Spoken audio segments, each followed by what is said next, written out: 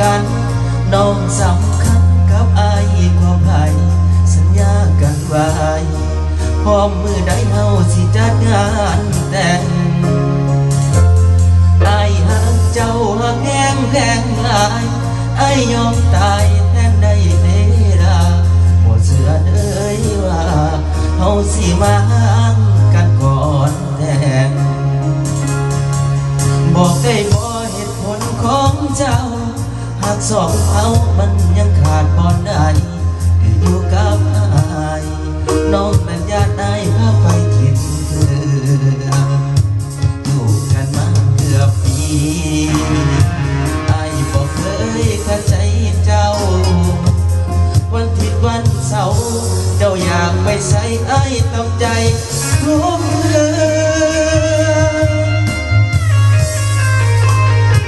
อายบ่ดีบ่ได้คือจังทำให้กันคักแน่นอ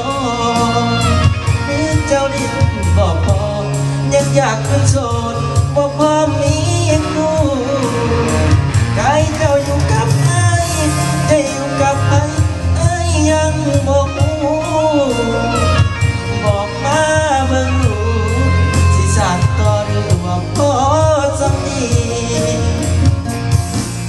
ไอ้สิโทรหาพ่อกับแม่มาซอยแก้กับสิ่งที่เป็นว่าเฮาบ่แม่นเนื้อคู่ไอ้บ่ฝืนใจเจ้าต่อความหักมันบังคับบ่ได้มันคืนไปเฮาสิมีสุขบ่หากเจ้านั้น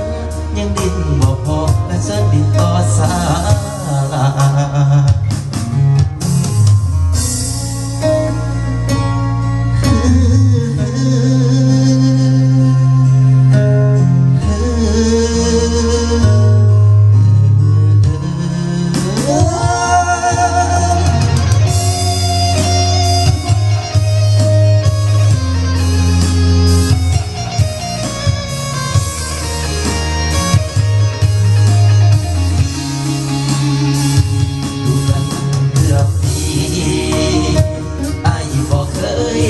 ใจเจ้าวันอาทิตย์วันเสาร์เจ้าอยากไปใส่ไอ้ตามใจทุกคืนไอ้บ่ดีบ่ได้คือจังทำให้กันคักแค่นอนเจ้าดิ้นบ่พอยังอยากเป็นโสดบ่พอมีคู่กายเจ้าอยู่กับไอ้จะอยู่กับไอ้ไอ้ยังบอกรู้บอกมาเบิ่งรู้สิสานต่อหรือว่าพอสักทีไอ้สิโทรหาพ่อกับแม่มาซอยแก้กับสิ่งที่เป็นอยู่หากว่าเฮาบ่แม่นเนื้อคู่ไอ้บ่ฝืนใจเจ้าต่อความหักมันบังคับบ่ได้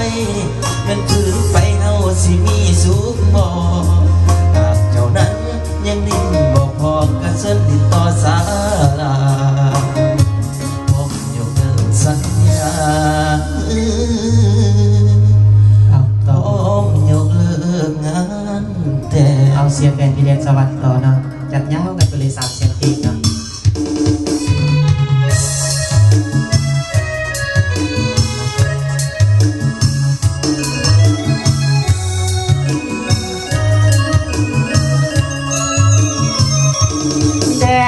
สวรรค์ดินแดนของคนร่ำรวยเฮานี้เลยสวยเมื่อเสียแฟนในแดนแห่งนี้น้ำมีสอน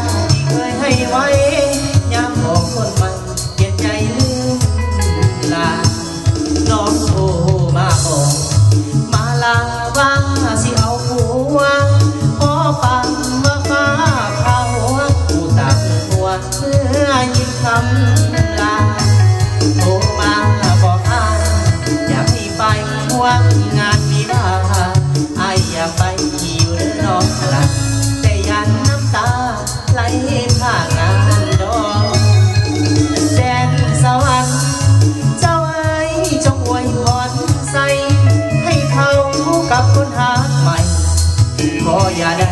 พบความเศร้าหมองคนจนคุณนอนจำต้องคอยห่างแม่เนื้อทองสั่นไอ้บ่ได้น้องไอ้สิขอสาดนา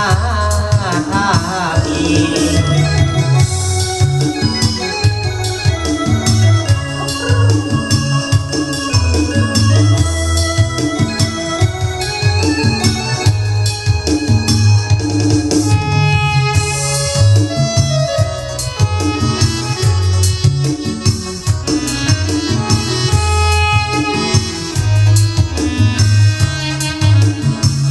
น้องโทรมาบอกมาลาว่าสิเอาผัวขอฟังว่าฟ้าพาหัวผู้ตาหัวเมื่อยินคำ